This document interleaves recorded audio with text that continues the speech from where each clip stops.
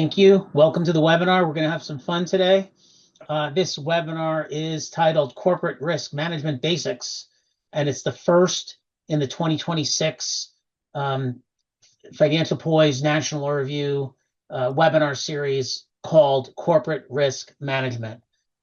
Our panelists today, Alan Grafman of All Media Ventures. He's sat on more than a dozen corporate boards and has served in senior leadership positions at numerous media companies, most of whom you likely know. Reed Peterson of the Colombo Kitchen Law Firm. Alex Sharp, an independent advisor whose illustrious career includes stints with the NSA and Booz Allen.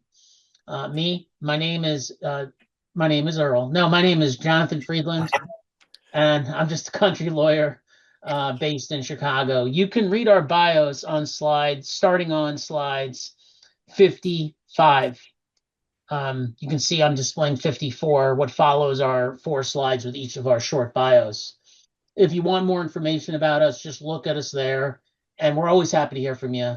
But we're not going to bore you with as so many webinar type businesses do, with bios read. We're just going to go right to the meat as soon as I get through just a little bit of housekeeping about the slides. They will be part of. We'll call them into the conversation.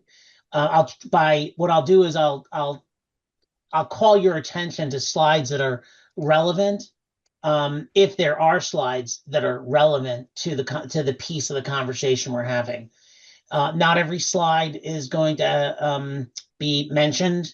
Not every question relates to a slide. So we'll be jumping around and they'll kind of sit in the background. So if it's not clear from that, I'll tell you that don't worry if you're just listening and not watching this webinar. The slides are great. You can look at them and you should look at them later, but you won't have any trouble following our conversation if you don't have them in front of you the first time. Just a few more housekeeping notes. If you're a lawyer or an accountant and you want CLE or CPE, you need to access this webinar on Cerify's Legal Edge website. If you found this webinar on demand on the National Law Review's YouTube channel, there's a little feedback. I'm not sure why, but if the technical people can fix that. If you found this webinar on demand, either on the NLR, National Law Review's YouTube channel, or on financialpoise.com, great. We're glad you're here. Just know that as slide 4 of the deck, and look at me artfully chew gum and walk at the same time. As slide 4 of the deck says, the info we present in this webinar is for educational purposes to help you get smarter about the topic before you consult with your professional advisors, which we are not. We are not your lawyers or accountants, and you are not our clients. Finally, if you are not familiar with Financial Poise and National Review, I invite you to become familiar with the National Review and Financial Poise. Here's a slide on the National Review. Here's a slide on Financial Poise. Look them up, search them, go to their sites. They've got lots of excellent free content that you may benefit from. So without further ado, I will proceed to my substantive questions. My panelists do not know what my questions will be. We do it that way to keep them on their toes, but I've prepared and I know what questions I want to ask who. The first 6 questions I've got are going to be a little bit of a speed round. Normally, and after the first 6, I will invite panelists to overlay on top of whoever I called on. For these first 6, I'm not going to do that. I want it to be, like I said, a speed round. Read slide 10, audience. The presentation notes that the word risk is derived from the Italian risicare. Am I pronouncing that right? I have no idea. Meaning to dare. From a legal and fiduciary perspective, why is it important for a board to view risk as a choice rather than just fate? That's an interesting point there. I really like the verb being thrown in, to dare. I think that the board in this sort of instance holds all the cards, and the buck sort of stops with them in assessing and managing and avoiding risk. And so, even by not taking action, the board is in a way taking action. And so it's very important for a company's board to be plugged in and realize the extent of their actions and how important they are and how they sort of set the policy. And like I said, the buck stops with them. So their involvement is absolutely key here. Sticking with slide 10, Alex, we often define risk as something that might have a negative or a positive impact on goals. In the cybersecurity and tech space, give us an example of a positive risk that a company might choose to take. Sure. So that's actually a very modern definition of risk. In the contemporary world, we look at risk as deviation from the expected. So that deviation could be negative, which is what we usually focus on, or could be positive. So we could plan on, let's say, on a cyber event, we could plan on one ransomware event a year, and we get none. Right? So that's an upside. We could also determine we're going to get a cyber, the average cyber event, pick a number, is going to cost us $4.5 million, and we find out our average is 3.5. That's an upside. Right. So it's really a very contemporary definition where historically, when we hear risk, we think about the negative.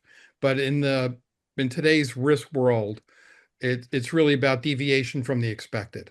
And that's across the board, right? That could be finance, it could be operations, it could be you pick something. Alan, still on slide 10, the core philosophy presented is that companies make money by taking calculated risks, but lose it by failing to manage them. As a business owner, how do you distinguish between a calculated risk and a reckless gamble? So I'm going to play a little bit contrarian very briefly. The greatest fortunes are made often by reckless gambles. Rupert Murdoch is a testament to that reckless gamble. He had to merge his B Sky B and Sky satellite companies together. So reckless gambles, I would say, are gambles that can destroy, sink a company, for which there is not perhaps a plan B, for which there are blind spots that weren't anticipated. By the same token, a reckless gamble can be something that is clearly identified. Bear Stearns and Lehman Brothers didn't know that 36-to-1 leverage was dangerous in a gamble. Shame on them and shame on their board. So a little bit of a contrarian point of view, Jonathan. And a calculated risk is where everything's been calculated out. The returns are tabulated. The risks are identified, and the plan B on how to deal if it doesn't come. But for business owners, again, some of the greatest fortunes are made by reckless gambles that the advisors on this call would be advising against. Thank you. Audience, I'm going to move us to slide 19. Read. Many businesses assume that risk management is just another term for insurance. Why is that limited view wrong and dangerous for a company's long-term health? Well, I think it's incredibly reductive, obviously. There are endless possibilities of risks looming out there that cannot be insured against.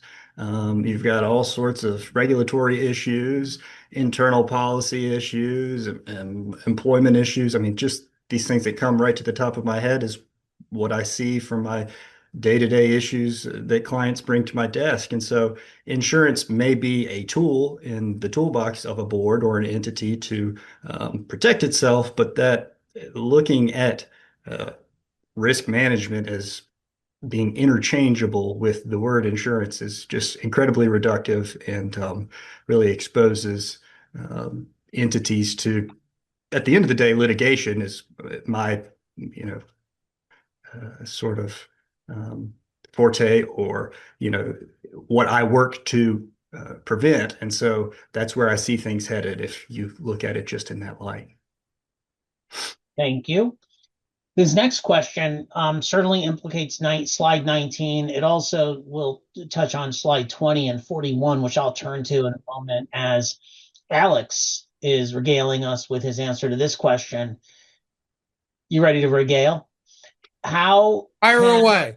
how can organ fire away? Okay. How can organizations shift from a reactive firefighting, see what I did there? A reactive firefighting mode to identifying and mitigating risks before they become costly headline grabbing problems?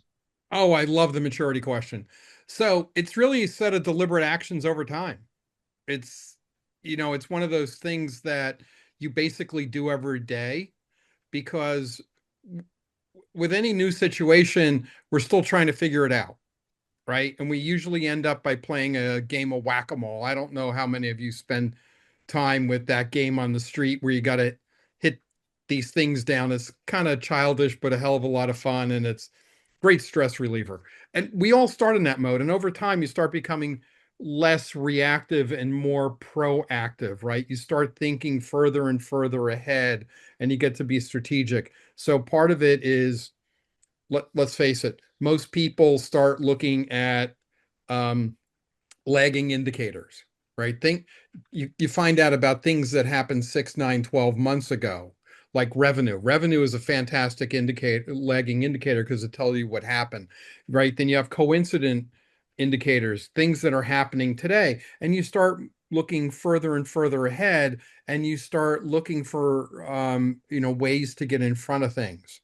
So it's really part of your maturity, and it's a very deliberate act to get out of that firefighting mode, calm things down, think ahead. Now, sometimes to do that, what you really need to do is step away, right? So you as a board or you as a risk management function or a C-level executive may actually have to deliberately put time on your calendar every week to sit down and think. Or better yet, pick a time, say once a quarter, to take your team off site and not deal with the day-to-day chaos that, we all get inundated with. Right, thank you. I do have a follow-up. Were you implying that you've lived on streets where whack-a-mole games were just out, like you would be walking and all of a sudden there'd be a whack-a-mole game for you to play? Well, being in New Jersey, they're on the boardwalk, Okay, that makes more sense. right? And that kind of depends if you consider that a street or not. I mean, I guess Okay, you could say stay so. on track. Well, Alex, will you stay on track, please?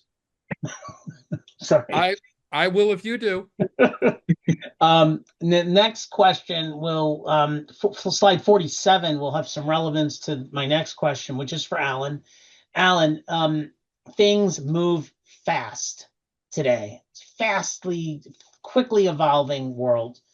What are the biggest challenges businesses face when trying to make proactive, informed decisions about risk, when considering how fast things move? So hundreds of millions of dollars have been spent leaking fiber optics from the trading floor to traders for the benefit of information, to front run trades, to get the benefit. So from my viewpoint, the biggest risk is the speed at which developments happen and the slowness, appropriately sometimes, of being able to respond. So there was an instance a few years ago where there was a fire, a catastrophic fire on an airplane in Dubai. And in 20 minutes, there was a video around the world. And of course, the board took a while to gather. So my point is, for boards to manage risk, they need to practice being able to respond to the onslaught of information, not great information, because that you can linger over, but for bad events that come about because of risk. So the speed of information and the board and management first, their ability to be able to run a play has to, okay, we know what to do. And it's perhaps a little bit like football when a quarterback goes up to the line, based on what he sees at that moment, he's going to run a play or he's going to change a play. He's going to adapt. And I think that mindset is what's very different than from decades ago. And one final thought, John, and you do know this. Almost 20 years ago, I wrote an article called, and it's on my website, um, Weekly is the New Quarterly, because the company I was chairman of was in crisis and we couldn't meet quarterly to deal with it. We met weekly for a period of time. Companies are different, circumstances are different. But the mindset of a board being able to react to bad news expeditiously, I think, is the biggest factor that I would urge boards to consider. Do you think you need to update that to something like, hourly is the new weekly? You know what? You know what, John? If I co-write it, I'm gonna give you credit. All right. Okay, that's the end of the Jeopardy round. We can move on to double Jeopardy. Speed round's over. And henceforth, I will ask if the person I haven't called on first, if the two panelists who I haven't called on have anything to overlay. And because I'm going to do that, if I ask you a question and you're still talking after about 2 minutes, plan on me rudely interrupt, well, maybe nicely interrupting you, because I want to leave room for the others to talk. So don't save your best for last. Out right away. Audience, slide 11 and read. Um, Traditionally, functional leaders managed risks with their own stovepipes, if you will. What are the legal or regulatory dangers when significant risks fall between the silos? Well, the risks are very clear. I mean, there could be regulatory penalties, litigation, and the like. And the issue I see with this sort of stovepipe approach is that it fails to be comprehensive. There will always be instances in which something slips through the cracks, so to speak. We can't, when no one has a crystal ball and can look into the future and understand and even acknowledge all these potential risks. And so this stovepipe approach with a lack of communication could be very detrimental to entities. And like I said, regulatory fines, suspensions, and the like, and litigation from all sorts of instances could be a possibility there. Overlay, guys, anything? My next question will be to Alex. We'll move from 11 is relevant, 12 is relevant. I'll move to 12 now, and so is 50, which I'll turn to in a moment. Um, let's put a little more meat on the bones. From a board perspective, why might a CTO or some other IT leader fail to see how their specific risk response impacts other parts of the business?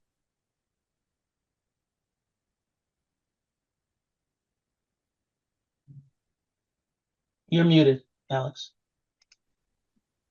Oh, too bad. I just had a great answer. So it's actually fairly simple. Historically, let's call them technology folks, right? Because it's more than just IT. Technology folks haven't really been exposed to the business. The business hasn't really been exposed to them, and they haven't really been brought up in the various disciplines that play a role. So we have a situation where we have people that are often using the same terms in very different ways. Risk is one of those terms I see all the time. They go like this. And most technology people will throw out words like revenue and not really understanding what revenue is or the primary sources or what cash flow is about. They might think they do, but they really don't. And then you have the other problem where a lot of technology folks, when they get in front of a business person who asks them what time it is, they proceed to tell them how to build a watch. Nobody cares on how you build a watch, right? They want to know what time it is, what I have to do about it. So you put those factors together and you create a situation where the technology folks are really not equipped and don't necessarily understand the disconnects that they're dealing with. Right? There's an illustration I've been using since 2017, which is about how the board of directors is inviting the cybersecurity folks to the adult table at Thanksgiving dinner, right? And we're still kind of in that mode.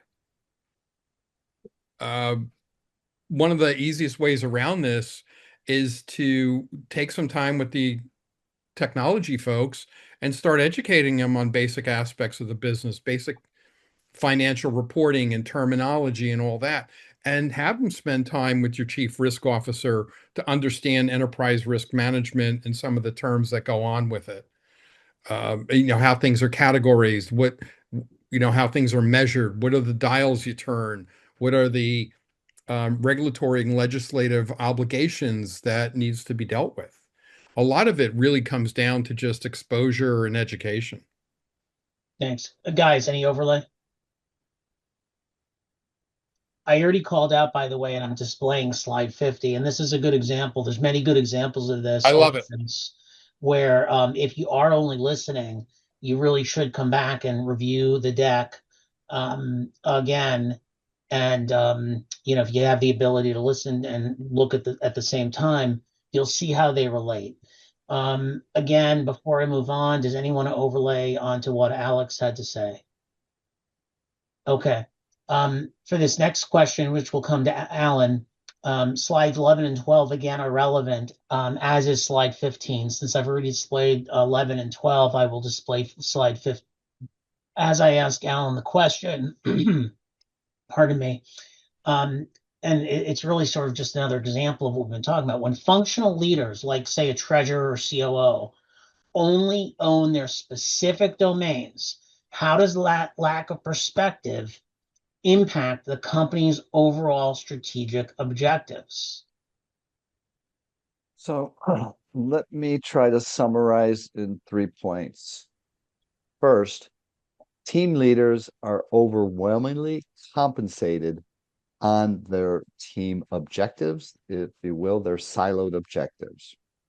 Secondly, sometimes that can lead to bad results. So, for instance, if a purchasing or a COO makes a sourcing decision from overseas and then it gets hit with tariffs and they didn't think about that, or they didn't think about financial foreign currency risk, that perhaps is an example. And in my view, the way to think about it is, and every company is different, is again, there's a continuum between the siloed tasks that people are responsible for and are compensated for, and the team, the company results that need to be protected. And on the previous slide, I think it said the team sport. Again, Super Bowl is on my mind. If you're on the lineman, you're supposed to block the person in front of you. But if all of a sudden there's nobody in front of you, you adjust. So there needs to be a balance, and it's different for each company, perhaps, between the siloed compensation and accountability and the collective risk responsibility for the company. Great. Overlay, guys. So another example, using different company officers. So let's say the chief operating officer decides to switch to a just-in-time inventory model to improve efficiency. Sounds good, could be a reasonable operational objective.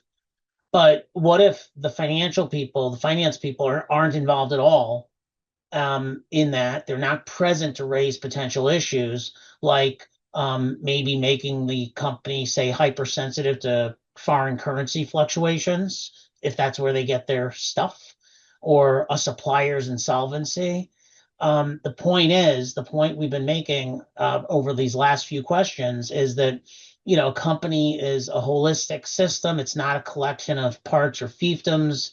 And when functional leaders only own their own domains, they are effectively flying a plane where, the pilot controls the altitude and he's got blinders on, and the co-pilot's controlling, the speed, and she has blinders on, and they're not allowed to talk to each other. They might be doing their individual jobs perfectly, but would you want to be on that plane? Any other overlay before I move us on? Okay, so I want to set the stage just a little bit. These slides, as I said earlier, there's a number of slides that we don't really get into, that we're not going to get into, at least based on the questions I intend to ask. But I do want to set a little context. Slide 10, which I'm displaying now, I think is the first substantive slide that mentions ERM, Enterprise Risk Management. Slide 11 is the first to mention that ERM, Enterprise Risk Management, provides a top-down, holistic view of all the significant risks, hopefully all, significant risks impacting strategic objectives. Okay. My next question, which I will ask of Reed, is how ERM, how does ERM do this? How does it accomplish this objective? But before I do that, I just want to note some of the slides that are relevant, but we're not going to be walking through in detail with respect to ERM. Slides 23 through 37 discuss ERM generally. And on slide 23, I will turn to it. You'll see it's not very substantive. It's just a title frame, but a title slide. What does it say? It says it's an introductory slide that says modern ERM frameworks. So one ERM framework is what's called the 2017 COSO framework. Another, not referenced in the deck, is called the ISO 31000. You don't really need to know what these things are on a practical level to understand the concepts we're putting forth. But just so you have some context, COSO and ISO, they're competing. Think of them as competing models. COSO was developed by the accounting and auditing world, and it's sort of the go-to framework for publicly traded companies in the United States. It's utilized, I think it's heavily favored by the SEC and major audit firms. So these are just, things that have been, frameworks that have been created by different associations, groups, what have you. And that's a lot of what those slides that we're going to just breeze past talk about. So with that context in mind, Reed, how does enterprise risk management provide a top-down holistic view that helps protect a company's reputation better than, and I say reputation, but it's more than just reputation it protects, better than the siloed approach? Sure. I guess with reputation comes along all of these precursors to a damaged reputation, which would be, regulatory issues, internal issues, external issues. And so this top-down approach, it may seem obvious, but there's just a tremendous amount of benefit from sort of reaching across the aisle and communicating with one another, and not staying siloed up. And I liked Alex's mention earlier of this sort of intentionality that's required of something like this, whether it be making time for it on a regular basis or, a retreat or something like that. But I just think that when you stay bottled up and only look at the past and your sandbox, there's obviously any number of potential problems that can arise out of that. And I just, reputation being what it is in today's world, and with how fast information travels, this approach is obviously much more beneficial. Overlay, fellas? Unless Alan has something, I'll dive in. Yeah, so by definition, both COSO and ISO are a tops-down approach. And it provides a lot of structure on how you communicate and you talk about it and the process you go through. So that by definition creates a certain amount of commonality. And if you look at the way the ultimate reporting is done, while the structure is tops down and provides this structure, the reporting is actually an aggregate bottoms up. So by definition, doing it that way, as long as you have an independent risk officer and a risk function, and it's communicating to a risk aware board, a board that understands what they're looking at, you are going to get you're going to break down those silos. One thing that we can't forget about is that risk is considered to be one of the 5 things that a board is held accountable for, right? And it's accountable to the shareholders. They tend not to react well when something bad happens to a company that they weren't aware of. And if if a board member doesn't show the proper due diligence, the duty of care to actually go out and look for this stuff and educate themselves, there's a problem. So, and they could be held personally liable. So there's a lot of reasons to use the structure and to get rid of, kind of break down those silos. So there's a lot of mechanics there. A lot of it comes down to being aware of it and just doing it, and that takes time. But more mature organizations and more mature boards kind of force it to happen. Let me ask you this follow-up. With respect to in the context of a siloed approach, and look, it's not black and white. There's many shades of gray, right? I'm going to turn to slide 12 for this one. When things will fall between the cracks, their ERM is designed to minimize that, but it'll happen. Is AI making this issue better or worse? Yes.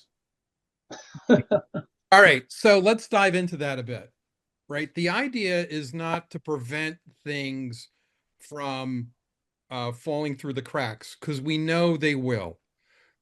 Let's face it, when you're dealing with anything of any complexity and any size, you can do everything right and bad stuff still happens. It's the nature of the beast. So one of the things going on with AI now, I teach this at the graduate level. I do a lot of advising on it. So I have some opinions on it. What's going on is this is a pervasive technology that cuts across the entire organization.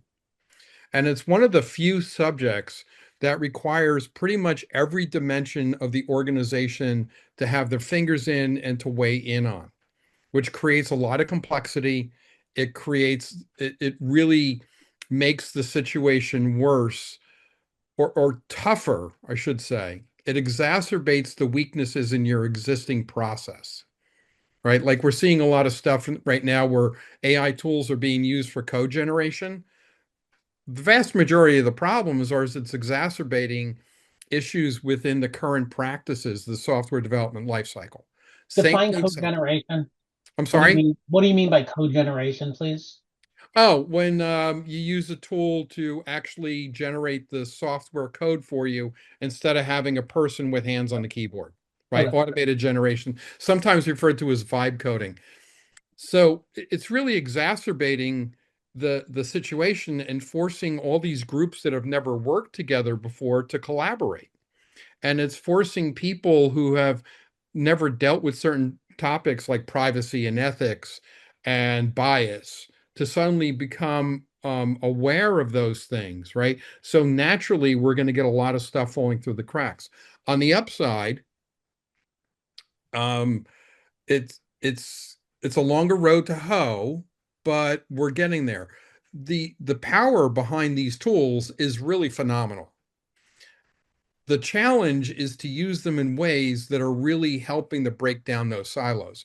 What AI is good for, and it's been doing this for about 75 years now, actually going on 76, when Alan Turing first wrote his papers about it in 1950.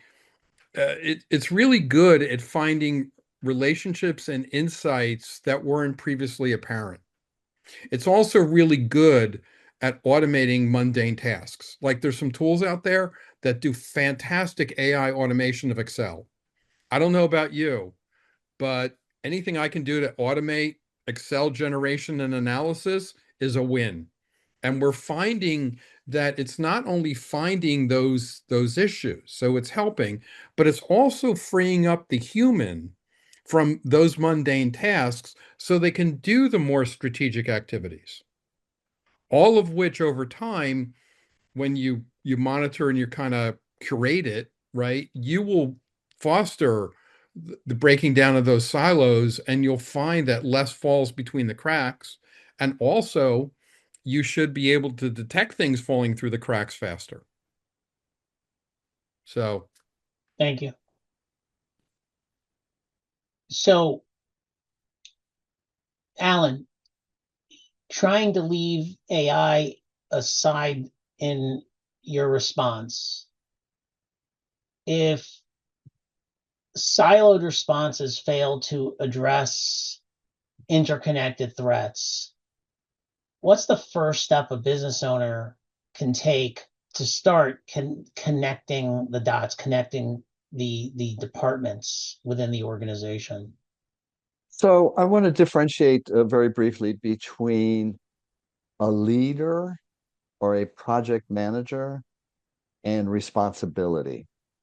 Because one approach for different size companies would be for risk to be a task project that focus is to address these silos and to look at it, let's say solely with risk in mind, and to inform management who has the responsibility. So the point is, it's very hard to get people. I mean, you know, it's very hard to get people unless risk is in their unless risk is in compensation uh, phrased tasks. It's very hard to break up these silos. And one could argue, which I'm not going to take the time, is that it's counterproductive because every moment that a CFO is looking beyond his silo or purchasing beyond their silo from their task, they're diminishing the time they have to do a great job in what they're doing. However, you can't be oblivious. Management can't be oblivious. So my point is to perhaps for some companies have it as a project or a task for a specific person or team to foster interconnectivity and to then inform management and therefore also the board as to how it looks from their perspective. It informs the silos. Hey, we're looking at this. It informs management. Here's what we found. And it puts the responsibility where it should be, which is senior management and the board. So that's the governance part. Perhaps that's the compliance part. And perhaps the fourth, perhaps the risk part is ameliorated by this process, which might work for some. Overlay? Anyone? So I just want to bring up slide 13, which lays out these three pillars of risk management, governance, risk management, compliance, or three pillars of ERM, I guess. They're inextricably linked, and a company, an organization has to treat them that way in order to connect the dots, and that's what is commonly or sometimes referred to as GRC nexus. And that's a preview of my next question. Looking at slide 13, but also with reference to slides 24, 25, and 26, 24, 25, and 26. Let's go ahead and define a little bit more explicitly the first pillar, governance. I'm going to flip us back to 13 now, so we have this in front of us. I think I will keep coming back to 13 probably for the next few questions as a touchstone. How does senior management work with the board to set strategy and align resources effectively? Reed, would you take that one? Sure. I think senior management here is going to play a critical role as an intermediary and a means of communication to the board.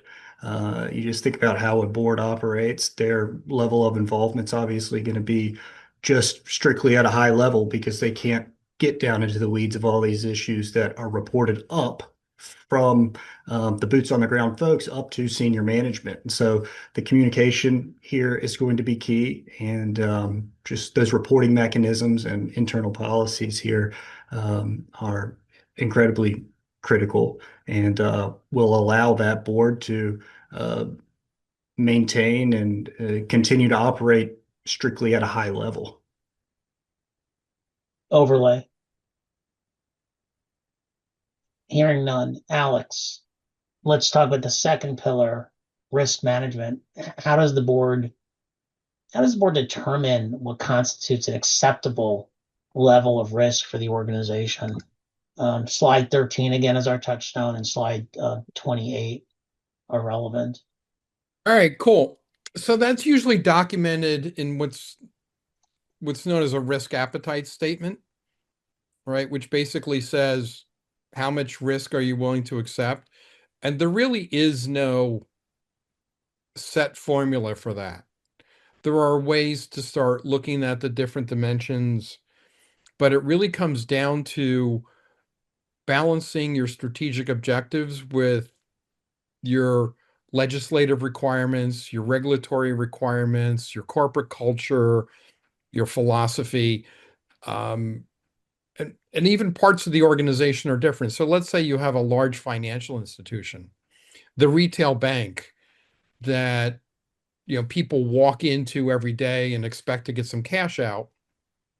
That has a very different risk profile than, say, a hedge fund run by the bank or a fixed asset division run by the same financial institution, right? So there's a lot of different dimensions to this, and a lot of it really comes down to looking at your strategic objectives, the environment you exist in, and your culture to figure out what makes the most amount of sense for you, right? So as a large financial institution, a bank in particular, you have liquidity requirements, right? You got to keep a certain amount of cash on hand, depending on the risk you present to the industry and to yourself and your customers. So that would set some boundaries on you about how much risk you can take in financial terms because you can't go below that number, right? So there is no hardcore way of determining this. There's actually more constraints, and at some point it comes down to more art than science. Overlay, guys. So looking back at slide 13 again, the last pillar, if you will, compliance. Alan, how does compliance protect the organization from harm? Well, if you can show that you are following the rules and you have a compliance program and it's not being violated, you are protected. It's like a heat shield. It's not a guarantee, but it's a pretty strong protective element. Think of it as insurance. So it can also function as other elements. It can protect you from disasters like Wells Fargo, which was fined, I think, billions of dollars. We're going back to the bank for essentially violating consumer protection laws, and compliance or management or the board failed to stop it in time. So that's both, it wasn't a death sentence, but it was a pretty big shock to the system. It also hurt Wells Fargo in the social environment, where their bank, obviously from a social and brand equity perspective, was damaged. And it clearly required changes internally and more resources. And the saying, an ounce of prevention is better than a pound of cure. Compliance perhaps falls into that. It's not glamorous. I mean, you don't see people being regaled for compliance successes, but the failures you do read about. So that's what I have to say about compliance. Overlay, guys. No, you just make a good point about that being a thankless job. You only get called out when things go wrong. So that's an interesting point there.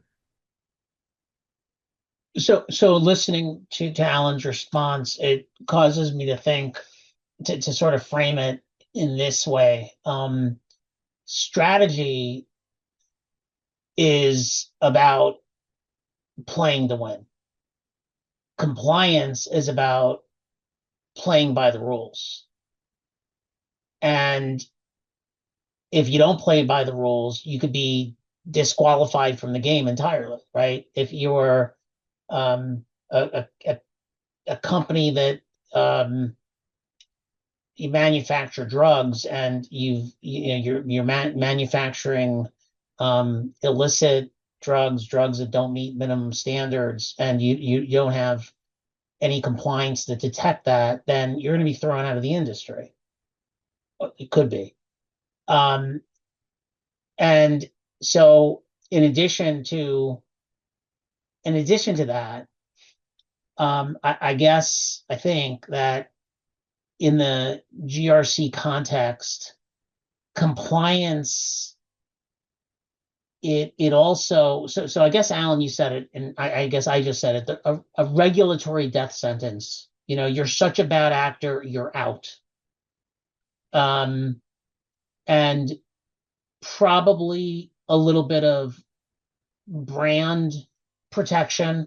Something goes bad, but you can show you had systems in place. That's an ameliorating factor. And with compliance, you have an early warning system. If things are not being done right and you've got a compliance group that detects it before bad shit happens, well, that's a good thing. All right, that's all I have to say about that. Just some overlay. So let me throw one thing into that. Okay. There's another dimension with compliance that often gets forgotten about. Actually, there's two dimensions, and so I'll go there. The one is compliance is table stakes. It's the minimum requirement set out by an authoritative source, usually some legislative or regulatory body. Your job as a business leader is still to protect the business. So just because you comply doesn't mean you're necessarily doing what the business requires, right? Your business requirements can exceed the compliance requirements. So that's very important. The second dimension that also doesn't get talked about a lot is most compliance is not really about protecting your business. It's about protecting your stakeholders, right? You don't want a business to go like a bank going out of business because it's going to impact a lot of people. You want certain security requirements across an industry because risks, especially now, what we see in the world that we live in, is risks will often cascade and they will often propagate through things like a supply chain. So a lot of when we say compliance, it has dimensions to it that because of the change in the environment, the world we live in today is vastly different than the world that existed 20 years ago. So those are two dimensions we have to think about that are getting more and more attention. Follow up. How does risk management specifically act as the bridge between governance, setting strategy, and staying within legal boundaries, i.e., compliance? Why do we have why do we have brakes on our cars? So we can drive fast. Think about how hard it would be to drive your car if you didn't have a brake, right? You couldn't go as fast. You couldn't handle unanticipated things like somebody suddenly changing lanes on you, right? An object falling in the road. You couldn't do this. You'd have to plan out your drive a little differently, right? So that's what your risk management is about, right? It really is there's a chain here. You want to create value using your strategy. You want to do it at reasonable risk so you're not reckless. I know Alan had an interesting example before, um, but we'll put that aside for a second because that's a different conversation. But we also don't want to inhibit innovation, right? So it's really the standard thing we see. We see a check and balance between the governance, risk management, and compliance pieces doing this dance, um, trying to avoid any one piece getting too far out of whack and being too crazy. It's almost like a three-dimensional pendulum, right? It's not just swinging left and right, it's also swinging back and forth all at the same time. And we want to keep it within an acceptable sphere. And when it does go too far out in one or two directions, the remainder pull it back in. Sometimes rather abruptly, sometimes rather subtly. The more abrupt ones get the bigger headlines and more time on the news, but you get the idea. So I'm going to co-opt you mentioned the pressing on the gas pedal and pressing on the brakes. I'm going to co-opt that and use it a different way. If strategy is the accelerator, compliance is the brake, risk management is the dashboard and steering system that tells you how fast you can go without crashing. No, No. strategy is the accelerator. Okay. Risk management is the brake. You think risk management is the brake? Compliance is law enforcement. Fair enough. I can guarantee you everybody on this video, including people in law enforcement, have had an experience where they slowed down or changed their driving behavior because they came aware of a police officer. Well, within it, let me argue with you. Allow me to argue. No, In I don't. the compliance function within a company is the brake. No, risk management's the brake. Okay. Because risk management, remember what risk management is about. At the end of the day, it's really about throttling activities to stay within acceptable ranges. Well, the decision as to what is acceptable is that not a risk management activity? Yes. Okay. In the same way, you can decide it says 55. I think I'm going to go 85 today. And if you don't get caught, you don't get caught. If you get pulled over, you're going to pay a fine. You might get some points on your license.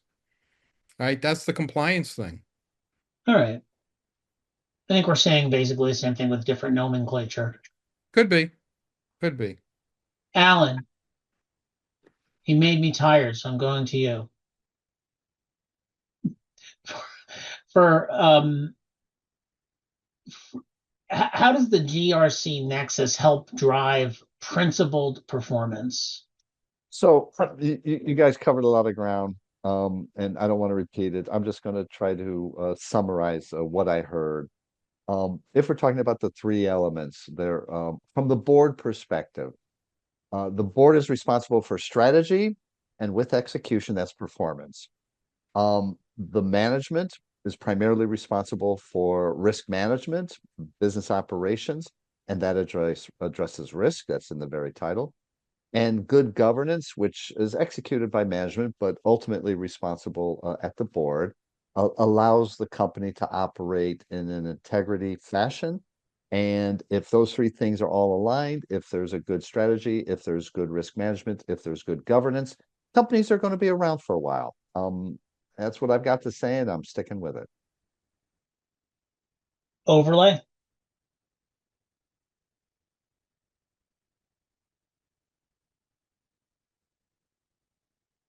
Okay.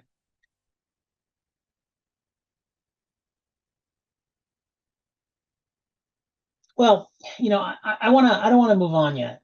I want to talk about this a little bit more. Um,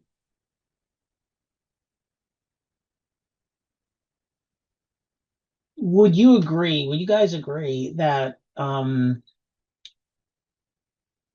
principal performance it's a balancing act among trying to perform, optimally, best results for the company, risk and integrity. And the point is that you need to perform in each of these areas or you're failing. So I'm going to put forward that on first impression, it seems to me that they are in constant friction and opposition to one another. And you just have to look at the companies today. I mean, companies, beyond companies, you can look into the social and political sphere. how much risk and how far beyond the traditional risk boundaries can companies go and profit from that? I think there's I think there's friction there, and I'm going to leave it at that. I want to be careful we don't try to prescribe for every company the same set of circumstances or definitions. So I'm going to leave it at that. Any overlay? I think what you put forward is not wrong, but it's not complete. Tell me more. So if you think about it, first of all, there is no universally agreed upon set of duties of a board, right? Quite often it comes down to five: strategy, risk management, reporting, resource allocation. And what am I forgetting? CEO Doesn't hiring. well, succession planning is usually part of the yeah. Um, but that's part of resourcing. So when you described integrity, it fits in there, but I don't think it's complete because we weren't talking about things like resource allocation. We weren't talking about reporting because you have to report not only internally but externally as well. Um, where would the compliance function fit in what you're describing? So I think there's a lot of merit to what you're saying.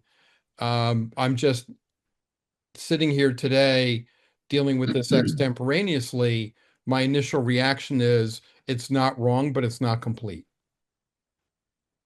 Fair enough. Read. Slides, audience slides 10, 15, and 22. Looking back at the definition of risk as a category of events, how should a legal team help an organization categorize risks to ensure they're manageable? 10, 15, and 22. Well, I think that a legal team is incredibly important to identify risks. And I like this sort of category of events definition here. Sort of what could happen to us and how to we deal with that. Do we need to deal with that? And so I think a legal team is incredibly effective at identifying those things and identifying things that oftentimes a business person will not see. I think that there's this old adage that nobody will blow up a good deal like a lawyer, and there's a ton of truth in that. But nobody identifies a lot of these headwinds like a lawyer. I'm constantly telling my clients no, and I believe they get very frustrated with that, but that's the legal team's job. And so that's how I'd answer that. Audience slide 22 is a good slide to be looking at. Alex, you're going to have the last word because we're running out of time. And with your answer, we'll go a couple of minutes over, which is A-OK. An audience, I'm going to turn us to 43, slides 43 and 50. If ERM is a business process designed to enhance how an enterprise manages risks, who should ultimately own that process, the board or management? The textbook answer is management, but the board is responsible for ensuring it happens and it does its job. That's the textbook answer. Now, it starts getting a little more complicated than in the real world for a bunch of reasons. Right now, with few examples, like the financial services sector, there is no mandate about having a risk committee on a board. It really is up to which boards want to do it and where it goes. It's a function that has to happen. You also run into situations, especially with younger companies, because let's face it, younger companies tend to get formed by people that are really good at their craft. They're not really good at managing the business, right? And they have to be educated. Now, normally their boards, when they're starting up, are family, friends, founders, and investors, right? They're not necessarily people that have the experience with establishing a board or even working with management to create the, mature, sophisticated processes, right? So some of this also depends on the maturity and their longevity. But at the end of the day, it it's a board responsibility that to get it done, but not necessarily do it, right? One of the key expressions in this space is noses in, fingers out. Management does the work. Yep. And if we were to translate the question to the more generic legal setting, notwithstanding that, and I think it's interesting. I'd like to talk to you about that, offline sometime. You say the textbook answer is management, but from a legal perspective, the word ultimately in my question, um, hammers home that it must be the board. The board is the ultimate, authority. The buck Well, stops with the board. right, but you're asking, you kind of asked the question a little differently, I did. right? That's Because you asked who's accountable for doing it, not necessarily who's accountable for getting it done. that's right. I did Right? that on purpose. I I'm sure you did. And the reality is, even though the board is never supposed to step in for management and do it, there are a lot of examples when they do. Let's take Warren Buffett. What was it? What firm years ago? Right? As the major shareholder, he's like, you guys don't have your stuff together. I'm stepping in. And he actually rolled up his sleeves and got into a number of the activities that a board traditionally doesn't get involved in. Hmm. The reality is sometimes you have to, Yeah. even though it's not part of the textbook answer. Sometimes That, you have to. panelists, thank you. Audience, on behalf of the panelists and myself, we hope you thought that this was a useful hour that you've invested with us. This webinar is concluded. Thank you. Thanks, everyone.